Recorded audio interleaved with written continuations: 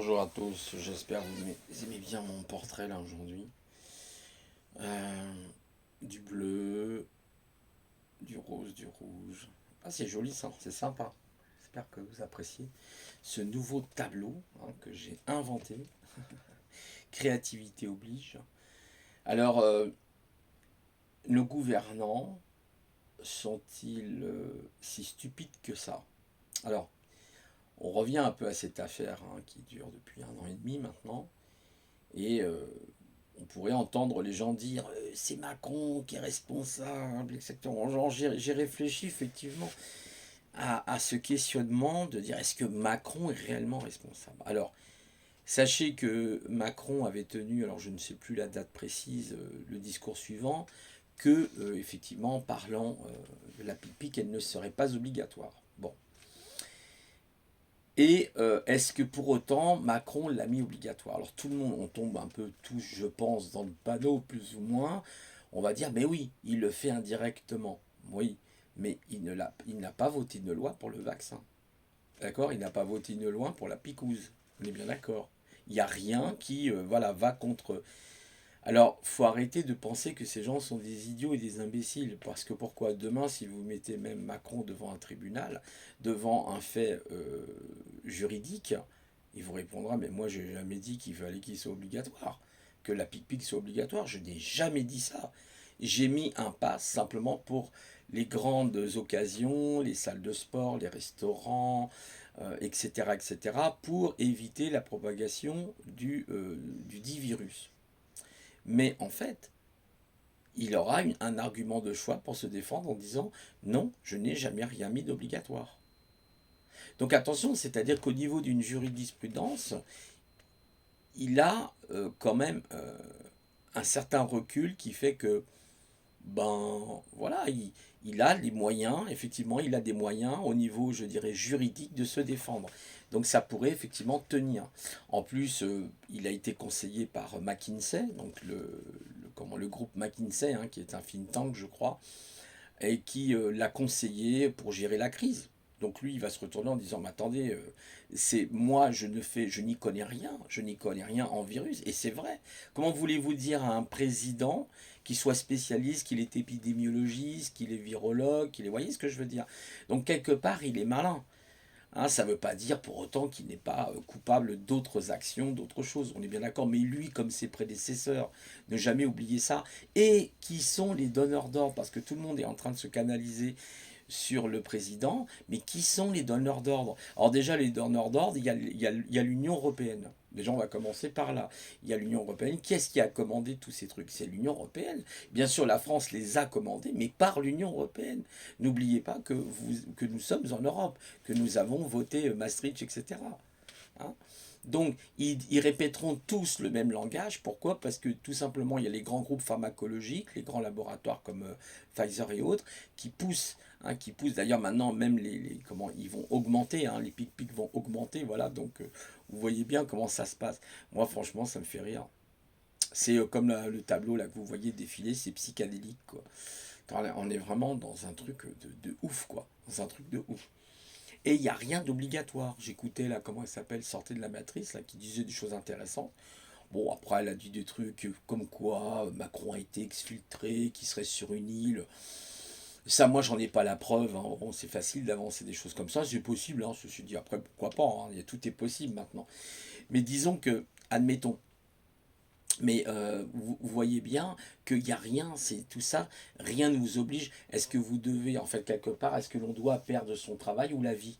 C'est à vous de choisir. Vous voyez ce que je veux dire avec les probabilités, les risques en tout cas. Bah, je ne vais pas dire que vous allez perdre la vie parce que vous êtes fait inoculer. Non, mais il y a des probabilités.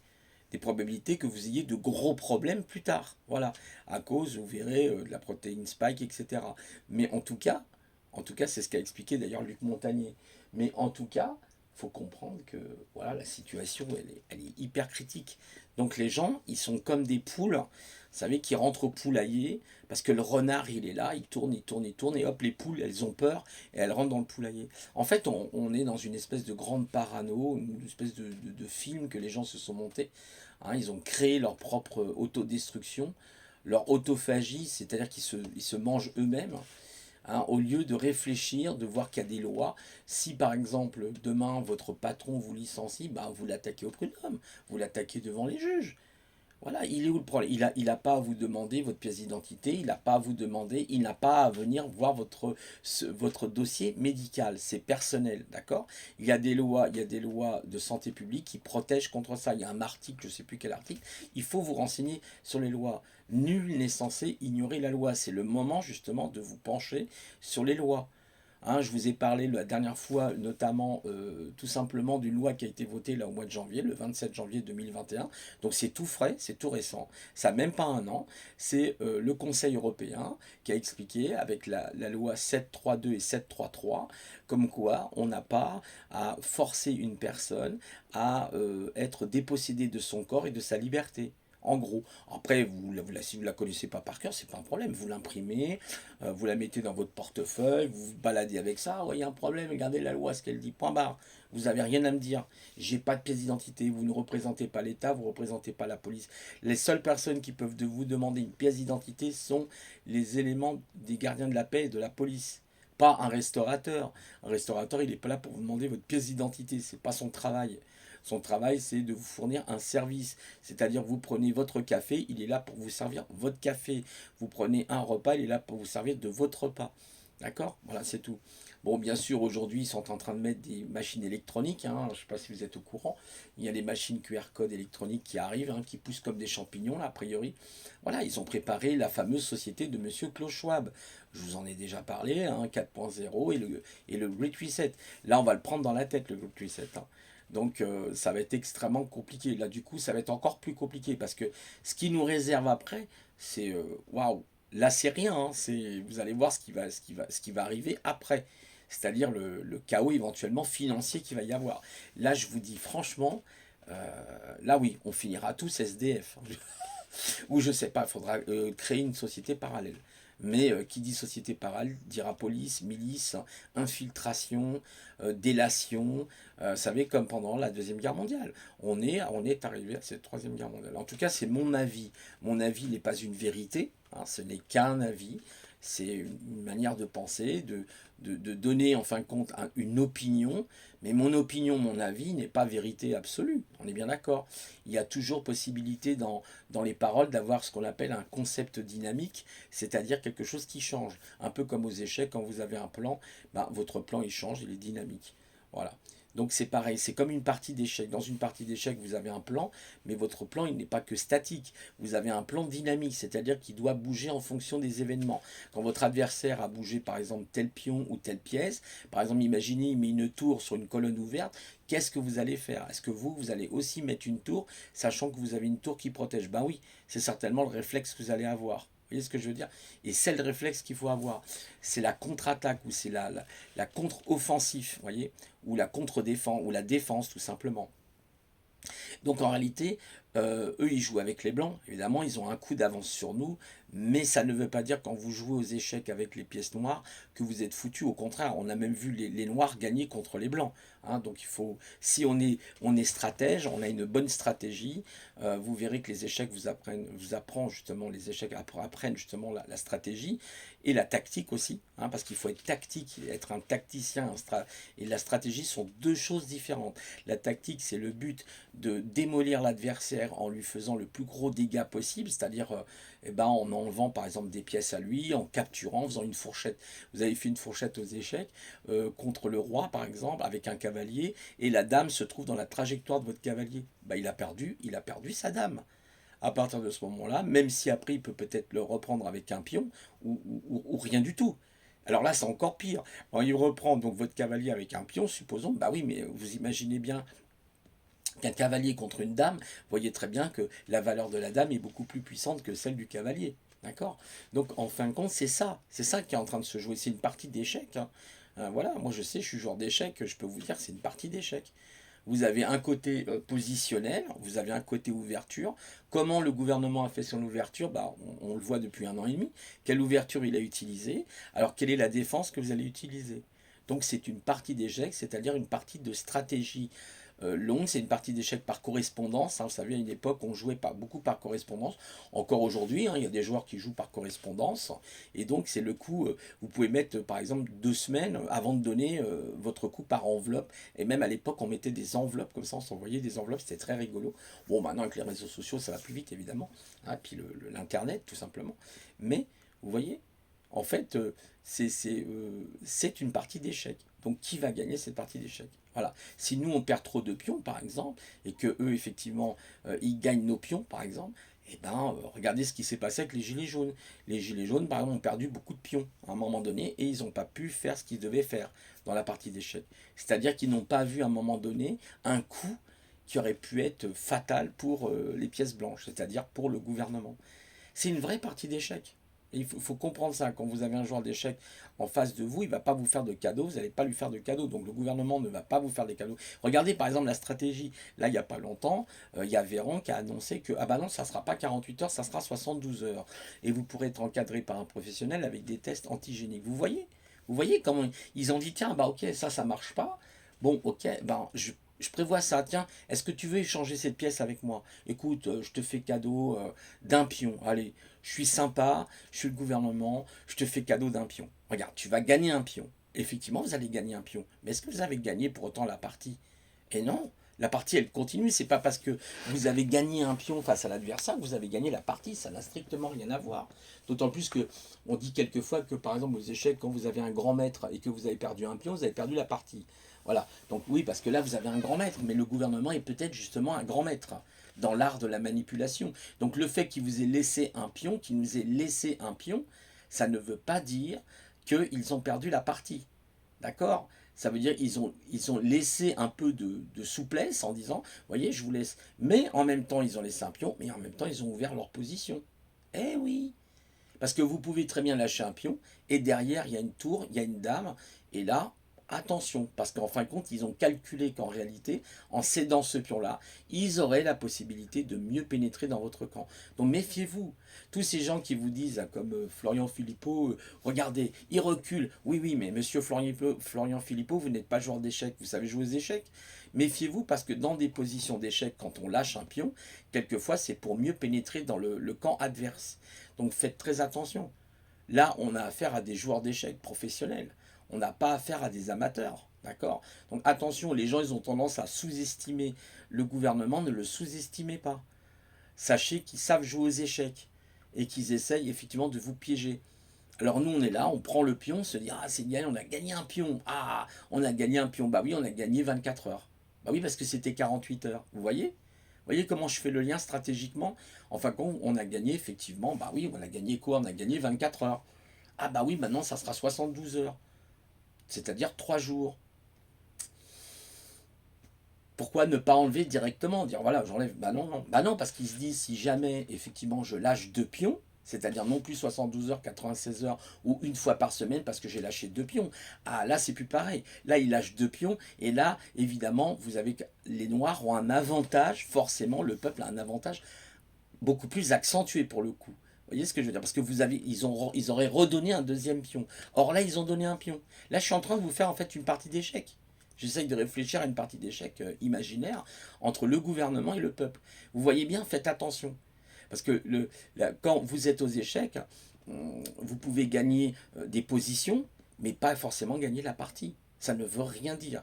Parce que votre adversaire a vu des coups beaucoup plus en avance par rapport à vous. Je vais vous donner un exemple. Le gouvernement, par exemple, va lâcher ce pion. Oui, donc il prolonge de 24 heures. On est d'accord. Mais il a plus d'un tour dans son sac. Dans son escarcelle, là, il a plein de petits trucs et tout. C'est quoi les escarcelles? Eh ben, vous savez, aux échecs, par exemple, il faut savoir une chose, que quand vous avez un pion qui passe de l'autre côté, imaginez vous êtes avec les blancs et vous arrivez du côté noir vers à la dernière rangée des noirs, ben votre pion peut se transformer en dame. C'est ce qu'on appelle la promotion du pion. On appelle ça la promotion du pion. Et il devient une dame, il peut devenir un cavalier, il peut devenir une tour, pardon, il peut devenir un fou, sauf évidemment un roi, ça c'est logique. Mais attention, c'est parce que peut-être ils ont 2 pions liés à tel endroit, vous ne les avez pas vus et ces pions liés vont finir par un des 2 pions devenir effectivement une promotion.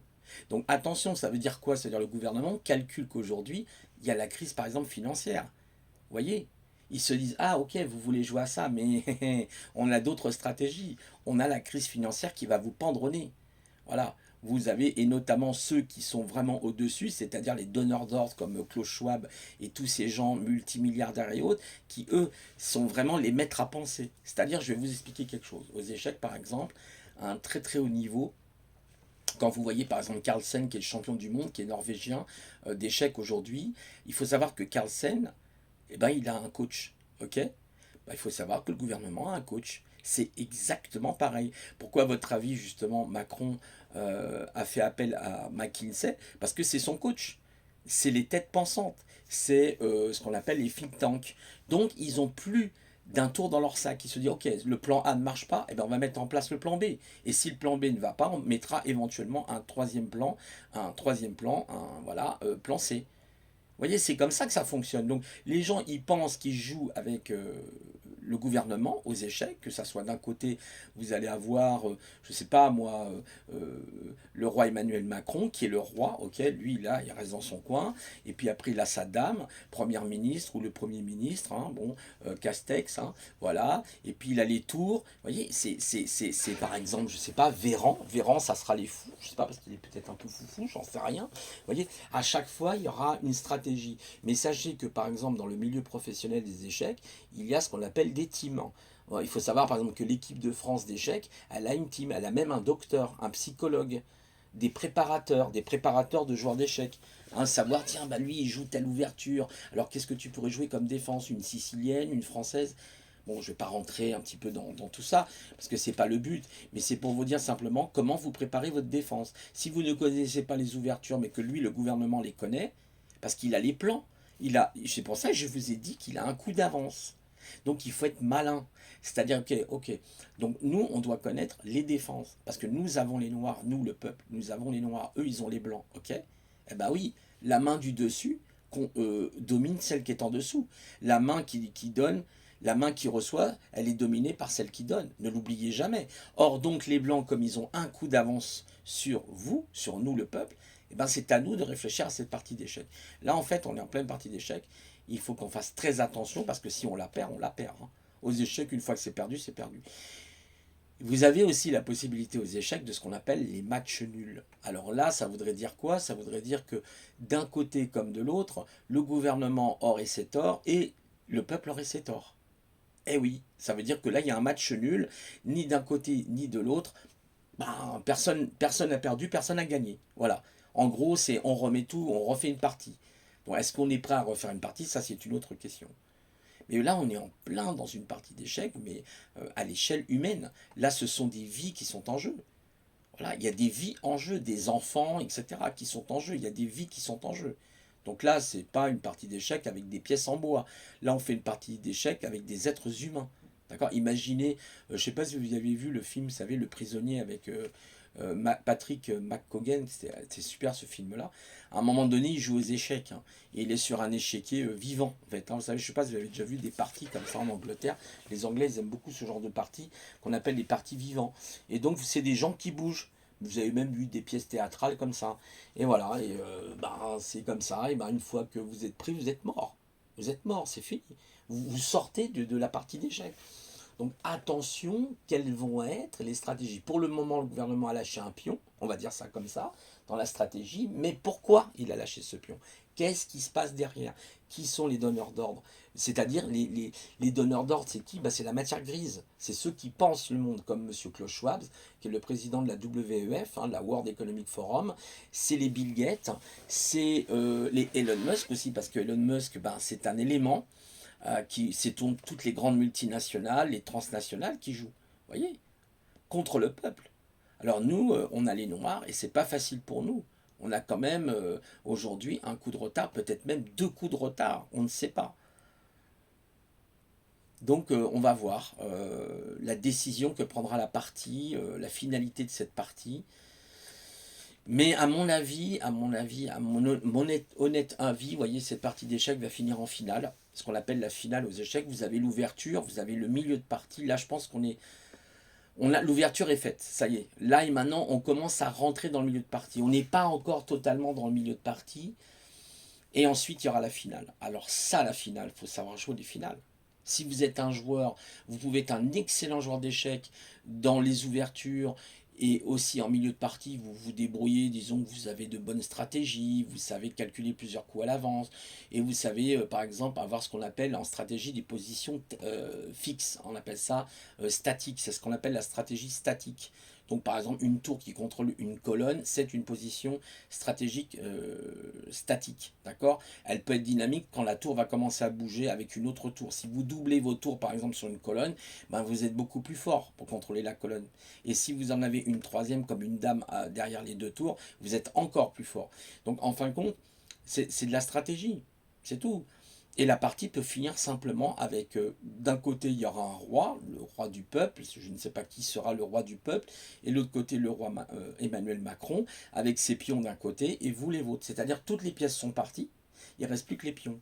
Mais voilà que ben, le gouvernement a un pion de plus, ou vous, vous avez un pion de plus. Ah ah, comment vous allez jouer ce pion de plus? Comment vous allez pouvoir au niveau de la finale des échecs, parce qu'il faut savoir jouer les finales. Vous savez que par exemple en Russie, on apprend, quand les jeunes enfants jouent aux échecs, on leur apprend d'abord les finales.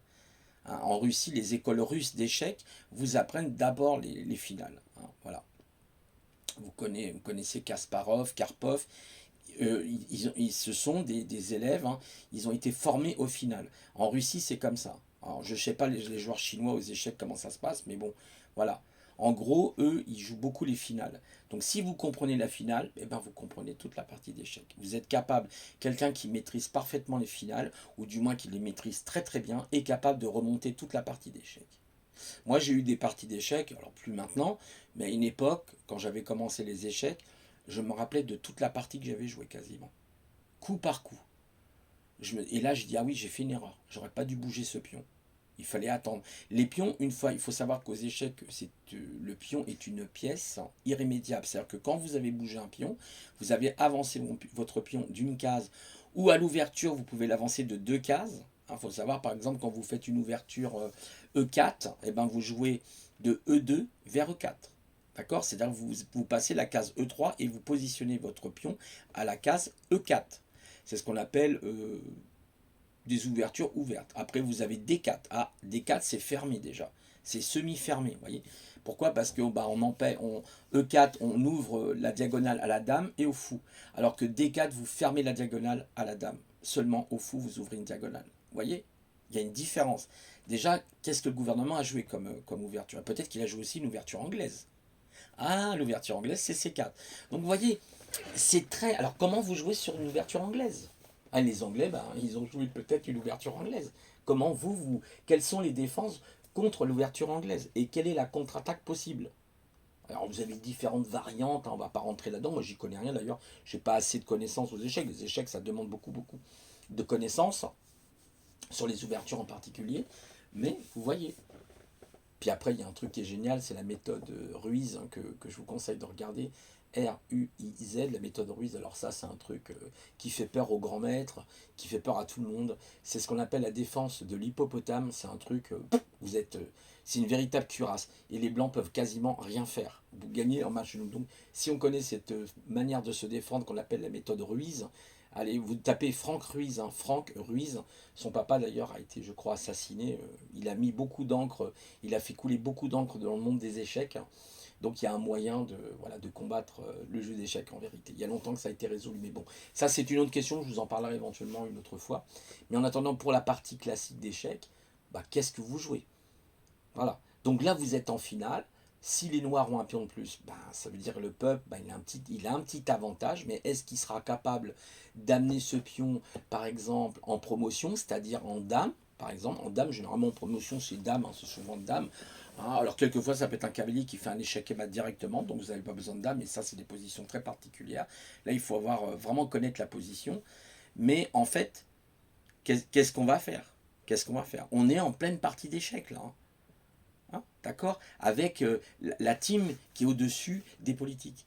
Voilà, vous avez les donneurs d'ordre qui sont la team. La team, c'est qui? Bah, c'est Mike Kinsey, c'est Klaus Schwab, c'est Bill Gates, c'est tous ces gens-là. Et puis d'autres qu'on ne connaît peut-être pas, tout simplement. Parce qu'ils sont dans l'ombre et on ne les connaît pas. Moi, je suis sûr qu'il y a des gens qu'on ne connaît pas.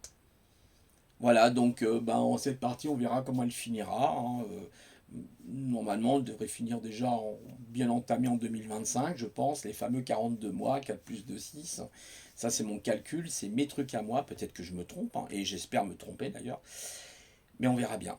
Voilà, donc je vous laisse sur cette pensée, je vous laisse sur cette partie d'échecs. Et quelles sont les stratégies, quelles sont les tactiques, hein. Les tactiques aussi, c'est important. La tactique est importante aux échecs. Pourquoi? Parce que la tactique, c'est quand même des pièges incroyables. La tactique peut faire perdre à votre adversaire une pièce directement. Je vous ai parlé de la fourchette, mais par exemple, vous avez les enfilades, vous avez plein de coups comme ça possibles en tactique. D'accord? Vous avez ce qu'on appelle le zung-zang, vous avez les coups forcés. Le zung-zang, c'est quand la personne est obligée de répéter sa position. Donc vous avez plein de possibilités aux échecs. Il y a même des trucs que j'ai oubliés parce que je joue plus aux échecs comme avant et je lis plus les bouquins que je lisais avant. Je vous dis pas une tonne de bouquins sur les échecs, c'est devenu un business, les échecs qui m'énervent beaucoup. C'est plutôt comment perdre aux échecs, vous verrez, c'est très intéressant. Vous apprenez bien plus de vos parties souvent que vous perdez que vous gagnez. Voilà, donc après, est-ce que le gouvernement proposera une revanche? Parce que vous savez que si vous perdez, par exemple, avec les Noirs, vous avez le droit aussi, vous, après, d'avoir les Blancs. Oui, donc vous passez de l'autre côté en disant, bah, moi je propose la revanche. Et peut-être que vous allez la gagner. Si vous la gagnez, il y a un point chacun. On va faire la belle, hein, on va faire la dernière des revanches pour savoir, pour départager qui doit perdre ou qui doit gagner. Vous savez, dans les tournois d'échecs, je me souviens, moi je faisais du tournoi d'échecs, hein, j'ai fait de la compétition pendant. Ouais, j'ai fait de la compète pendant 6 ans environ. 6 7 ans, là j'ai arrêté la compète parce que c'est hyper épuisant, ça demande beaucoup de travail, de préparation. Vous savez, les échecs, une personne qui joue d'un instrument de musique, vous êtes obligé de répéter vos positions, vous êtes obligé de répéter en fait vos finales, vos ouvertures, donc c'est un énorme boulot. Et voilà, et je me souviens, c'était épuisant, et souvent je jouais 2 fois avec la même personne, ça m'était déjà arrivé, etc. Waouh, j'ai gagné des prix quand même, je suis assez fier de moi. J'ai fini 2 fois, une fois troisième, une fois deuxième dans ma catégorie. J'avais gagné, je crois, 120 euros, ce qui m'avait remboursé mon truc. J'avais gagné aussi une coupe. J'ai fait gagner une coupe, hein, vous l'avez vu, évidemment, j'ai été exposé, rappelez-vous, hein, voilà, exposé comme dans les musées, vous savez. Donc, en fait, bah oui, c'est ça, si vous voulez. Donc, c'est un truc complètement dingue. Donc voilà, ça demande beaucoup de préparation mentale, il faut bien manger, il faut faire du sport, il faut avoir une vie bien réglée. Alors les joueurs professionnels, bah eux, ils font que ça, hein, c'est leur passion. Hein, voilà, c'est même pas un métier, c'est plutôt une vocation, je ne sais pas comment on peut appeler ça, en tout cas, une passion. Voilà, il y en a qui vivent de ça, mais il faut être à très haut niveau pour vivre des échecs. Franchement, il faut être dans les 10 premiers mondiaux. Les autres, oui, ils vivent, mais ils vivotent en fait, hein, c'est pas les échecs, je peux vous dire que c'est pas franchement le sport, parce que c'est considéré comme un sport. Vous avez ce qu'on appelle les Olympiades aux échecs. Les Olympiades, c'est l'équivalent du Jeux Olympiques dans les sports. Mais après, bah, il faut jouer au poker, ou il faut jouer à, je sais pas moi, au mahjong. Euh, il faut jouer à d'autres choses pour gagner en fait des prix plus intéressants, et notamment le poker. Vous avez beaucoup de joueurs d'échecs d'ailleurs qui vont dans le poker parce que là ils sont sûrs de gagner plus d'argent et aussi d'en perdre beaucoup. Mais oui, si vous êtes dans les 10 premiers mondiaux, oui, vous allez gagner correctement votre vie, il n'y a aucun problème. Par exemple, vous avez Maxime Vachier-Lagrave qui est Max, VLM, comme on dit, Maxime Lagrave, ouais, c'est ça. Et euh, MVL, non, c'est MVL, je crois. Ouais, MVL. Voilà, donc bon courage. Bon courage à tous. Après cette partie d'échecs, hein, vous avez le droit à un petit goûter, hein, pour vous ressourcer. Hein, parce que je vous garantis que les échecs, ça bouffe votre cerveau. Vous avez plus d'énergie quand vous avez fait une partie qui peut durer 2 3 heures, hein, voire 4 heures, voire 5 heures, voire 6 heures, voire plus. Donc là, vous êtes épuisé. Sauf si c'est des parties rapides. Je vous laisse et puis je vous souhaite une bonne journée sur cette réflexion des échecs. Allons-nous gagner la partie? Toute la question est là. Allez, au revoir.